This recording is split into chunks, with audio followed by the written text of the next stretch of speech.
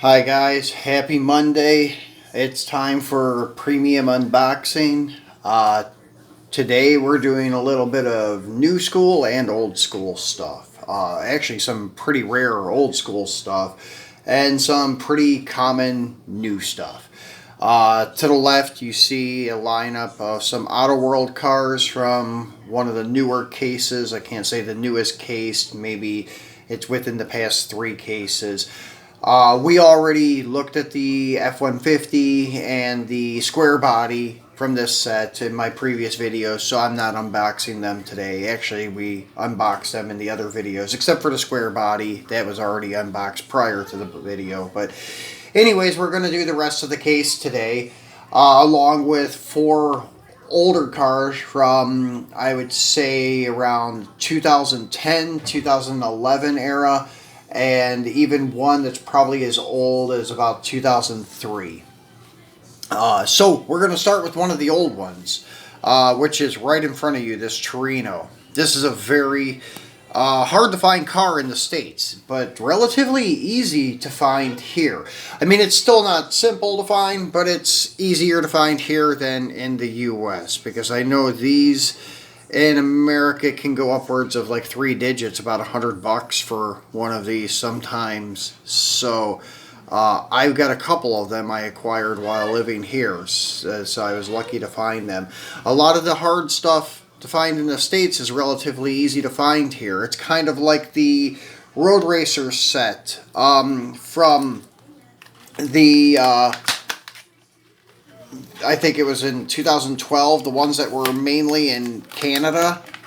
So that is kind of like the situation here. I think most of these like vintage racing cars hit the Philippines and Southeast Asia instead of going to the States. But here is the Torino. A lot of people love this casting. I can't say I'm a huge fan of it, but I don't mind it.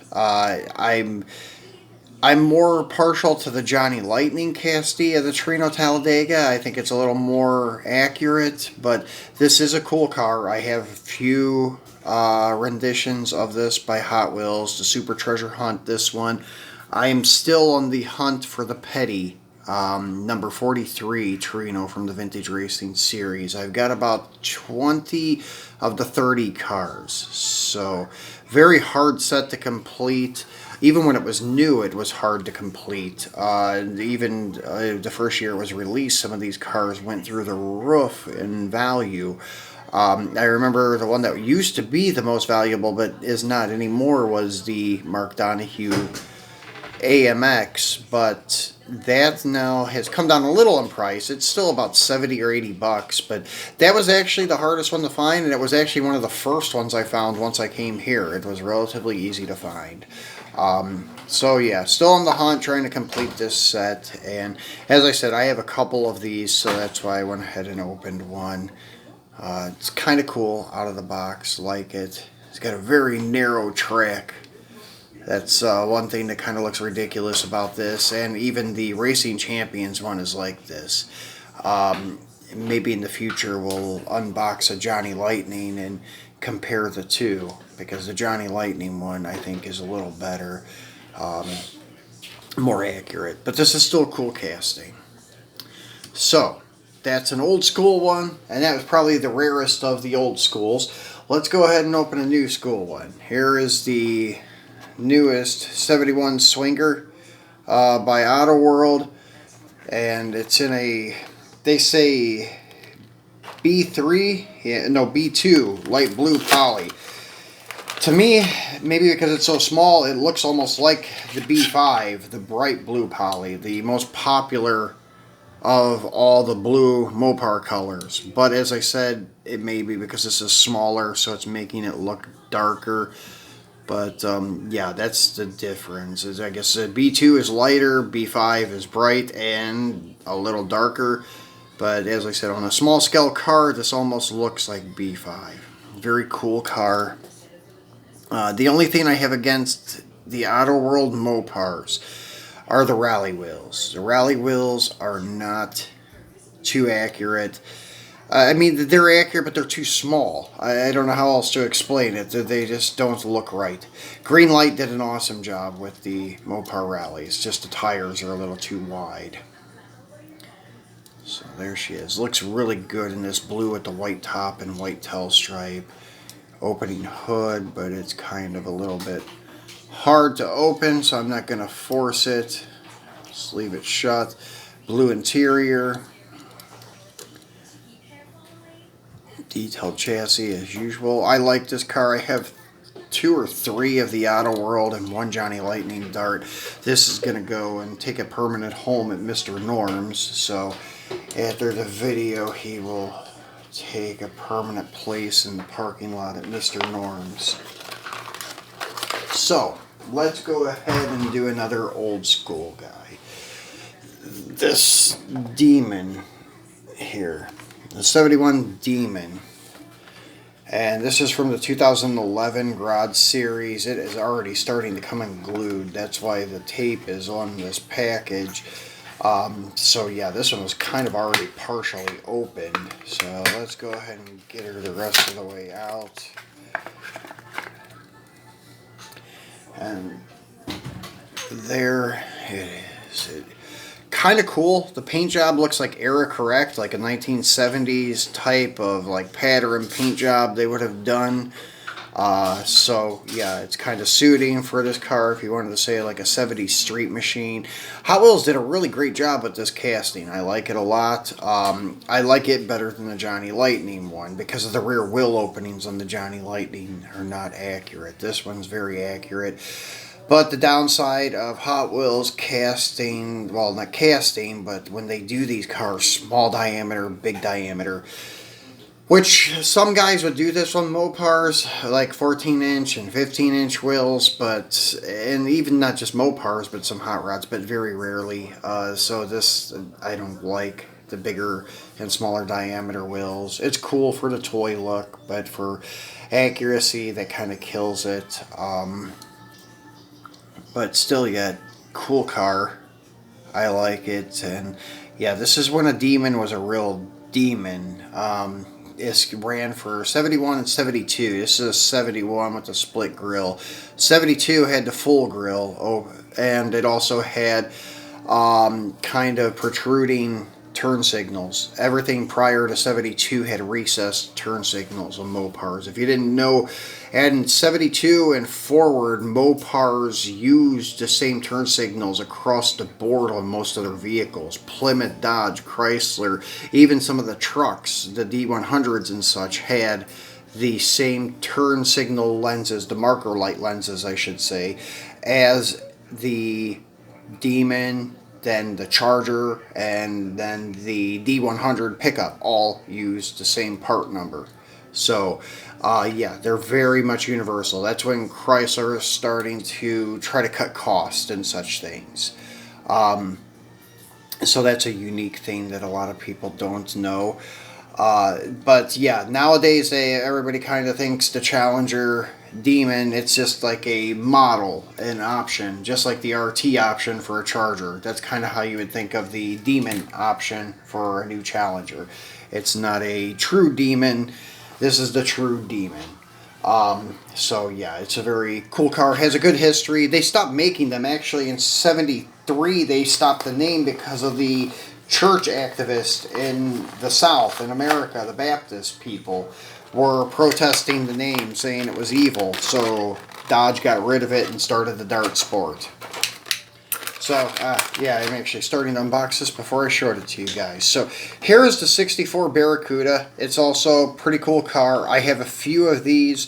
The one that I like the most that I have is the one that has all of the paint colors on it. It was like a paint chart, but one-to-one paint chart, so people could see it actually on the car, how it would look. But it looks like a big rainbow. Pretty cool car. It will be at my Plymouth dealership. Whenever the Plymouth dealership gets done, I'll have it in the showroom. So let's get her out and look at her. Yeah, and this is kind of cool. Let's see if the camera focus, but what I like, it's got a blue line tire. Most cars, red lines are very popular from the 60s, muscle car era. But this is actually a blue line with white letters, which is kind of cool. Paint job I like too. This actually reminds me of like the Hearst Rent-A-Car thing from Shelby back in '66 when they had the Rent-A-Racer, the GTH 350 Mustang, '66 Fastback Shelby. So this paint job kind of reminds me of that. It's a very cool looking car. And also opening hood, which, yeah, this one opened okay. It's very detailed engines and engine compartments from Autoworld. They do a great job. This is a little hard to see in the video, but yeah, silver air cleaner, orange block, black valve covers. Very cool and very detailed. Yeah, I really like this one. Like the paint job and like those blue line tires. That's kind of unique, something different. So let's proceed to the next rare car, and that would be the Dave Strickler 65 Corvette AWB Dragstrip Demons. This was, I can't remember if the 30 car set was the first or the 25 car set was the first release. This is the 30 car set because it's 2009, copyright 2008, as you see here. So that would be 2009 release. This is the first series. Yeah, this is a cool car. I love the AWB Corvette, the altered wheelbase Corvette. Let's open her up and get a better look at it. I've got the Dick Landy in my drag racing collection already. Now I have this one, so now I just need to find the honker, and then there is another one. I can't remember the name of it, but it's green and purple. It's actually the hardest one to find of the Dragstrip Demons series, the original Dragstrip Demons. And I have the newest rendition, that yellow and white two-tone from Series 3. So, yeah, very cool car. I love these old gassers, these old super stock, pro stock cars from the 60s. This 65 Corvette's very cool. Very accurate with the white steel rims, with the slicks, the 5-spoke front wheels. Could be a little narrower. That's the only thing I don't like on the gassers. Sometimes they use these wider tires, which don't look too accurate, but still cool casting. So let's proceed to another new one. This is the 66 Oldsmobile F85 in a gold poly color called Sierra Mist. It's actually the name of a soda nowadays, Sierra Mist Poly. So let's open this one up and get a better look at it. Pretty cool car. Actually, this one I will probably put in my diorama here with maybe just driving down the street, because it looks very error correct. It just looks like your typical like old man type of car that would be driving down the road in the 60s. So it has that appeal to it. White wall tires, stock hubcaps, the gold paint, the white top. There's the detailed engine, gold block, silver valve covers, black air cleaner. Very cool. So yeah, this has a very conservative look to it. So yeah, this would look cool in the dio, like driving down the street, and you could see it would look very fitting in that diorama. So we may do that, put her out there. So let's do the last old school. That is this. And this is actually the only Superbird that I will have loose besides the basic mainline Hot Wheels. Now this is a different casting than the basic mainline Hot Wheels. This is an actually true to scale Superbird. The mainline Hot Wheels is not. It's a little underscaled. Johnny Lightnings are way, way underscaled. So this is the only accurate to scale a 164 Superbird that I know of. But the thing that's bad about it, it's set up for NASCAR. As you can see, the raised wheel openings on the back, the front, the stance of the vehicle, the dual outlets on the one side, the racing net, the roll cage, and etc. Still yet a very cool car though. And as I said, this will be great because I'm having a Plymouth dealership made, so this will look great in the Plymouth dealership showroom, along with that multicolored Barracuda, and maybe a couple of funny cars, something like that. I don't have as many Plymouths as I do Dodges, but I do have enough to make a dealership. So yeah, maybe in about a month or two, you'll see some things switched up in the Dio area here. There will be a Dodge and a Plymouth dealership, and this guy will be in the showroom. Very cool looking car. Wish it would focus in. There we go. So very pretty car. So let's do, last but not least, the 67 Ford Mustang GTA in a lime gold poly. It's actually a pretty cool looking car. It's got like the turbine style wheels, hubcaps. I don't know if this is a wheel or a hubcap. I'm not a big follower on Ford, but here's the car. It's actually a really pretty car for Ford. I really dig this one. I do like the 60s fastback Mustangs, so this is cool. It will actually be a good one to put in my collection. So yeah, I really like this one a lot for a Mustang. Opening hood, detailed engine, as you can see, kind of the blue air cleaner going to the chrome area, blue snorkel going to the chrome air cleaner, I should say. Very cool car. Yeah, very good detail on the wheels and tires, everything. So yeah, this one I'm not disappointed in. It's actually very nice. Very beautiful car. I'm just wondering if that's the body line or a crack in the paint. I think it's a body line, but I'm not sure, because it kind of corresponds with the others. Not very familiar with the 67s. So yeah, very pretty car. Let's put it down here with the rest. So guys, that's our unboxing for Monday. 8 cars total. 4 new, 4 old. So we'll keep doing this. I will have another unboxing coming up, maybe even later today or tomorrow. I'm actually getting the second mail-in car for 2020 from Hot Wheels. The Sunagun, I'm not sure if I'm pronouncing it correct, but the little Volkswagen van, I'm going to be unboxing it, just like I did with the Skyline wagon. I was the first to do that one, so I'll be the first to do the second one.